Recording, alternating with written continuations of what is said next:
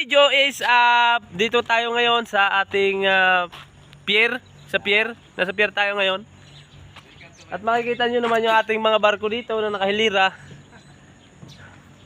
Yung ating Super Ferry 5320. At makikita natin yung ating paver, yung equipment para sa asphalt. Yes. Tapos makikita natin doon sa likod yung ating pisyon na ginagamit din sa paglatag ng asphalt. At makikita natin yung ating planta. At siyempre, hindi pa uhuli yung ating tangke, water tank. At ang ating puging gordya. Makikita naman natin dito.